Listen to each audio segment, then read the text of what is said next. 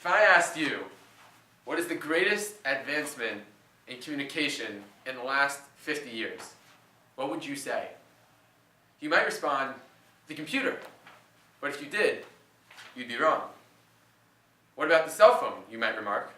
Sadly, you would be wrong again. Now let me narrow it down to the last 20 years or so. In the early 90s, the internet comes alive and revolutionizes the way we eat, sleep, breathe. So, keeping this in mind, I ask you again, what is the greatest advancement in communication in the last 50 years? Ah, the gentleman in the back. I think he has it. Video chat, he says. But I believe he's mistaken. Because although video chat may be the most advanced communication, it doesn't mean that it's the greatest way to communicate. Because as Thoreau said, simplicity, simplicity, simplicity. Ladies and gentlemen, I would like to offer you the idea of what is the greatest advancement in communication in the last 50 years. The emoji. A few months back, during the rage of college season, myself and others were receiving admissions decisions from universities across the country. And one thing that I certainly learned from acceptances and rejections is that there is no way to non-directly show someone your emotions towards an acceptance or rejection. When I found out that a package had arrived from the admissions office of my top-ranked university, I was ecstatic. I had been in school, which happens to be deep in the heart of the Upper East Side of Manhattan, when my dad texted me the good news. I was in the library of my school, and I flipped some chairs over and did a little celebration dance, as everyone does after scoring a touchdown. I then decided that I would leave the school building in search of a non-alcoholic celebration. As I was walking on a crowded New York City block, on my way to a celebratory frozen yogurt, yes, frozen yogurt, I am watching my figure, I was texting all of my friends, letting them know about the exciting news. At the same time, strangers on the street were staring at me as I was hopping along, shrieking every 3 seconds in celebration. It was then that I realized how inane it was that my friends couldn't fully appreciate the excitement of my circumstance, because all the exclamation points in the world cannot convey tone. And it was that moment that I realized the gift of the emoji. The emoji had the ability to convey tone in a message form, regardless of time, location, or person. So now that I've identified the good and bad methods of communication, let's examine the way they are. Video chat is remarkable, as it allows its users to see and hear the person that they're talking to. They can do everything but bite the person that they're talking to. So what's the dislike about this technology? The answer is presence. Our generation enjoys isolation and insularity. We enjoy texting people specifically because we don't have to talk to them face-to-face or directly. So how can we have the same level of emotional intimacy without being able to see or hear the person we are talking to? The answer again, emojis. The emoji is a versatile language that gives tone to a written language. When we use it as a supplement to the written language, we are able to better communicate our feelings.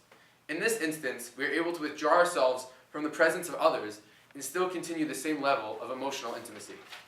Now here, I have a couple of emojis that I'd like to present. This one's more of a funnier emoji. You've got there's like a boy who's seemingly running away, chasing after a balloon. You see in the sky over here. And then the other message from the other person is a girl who's grabbing the balloon. So that's just a little cutesy one. But this next one is something that that conveys tone, that gives a little bit extra, a little bit more emotional intimacy into a conversation. Although it's not really, although it's really joking and it's not a serious conversation, it still conveys a little bit of intimacy. So one person sent the message, "Hold on," right? Because they're doing something right now. So the other person writes "holding." He has a picture of his hand holding on to something. And then he has the next message, "slipping," and his hand is free, like it's falling down. Then the next message is with his hands just freaking out there because he's really got nothing else to do. And the next one is a picture of somebody who is definitely dead, and it says #dead. And it follows with saying, "Will you shut up? I'm eating." So that's just an example of an emoji which conveys emotional intimacy in a closer sense of understanding and communication.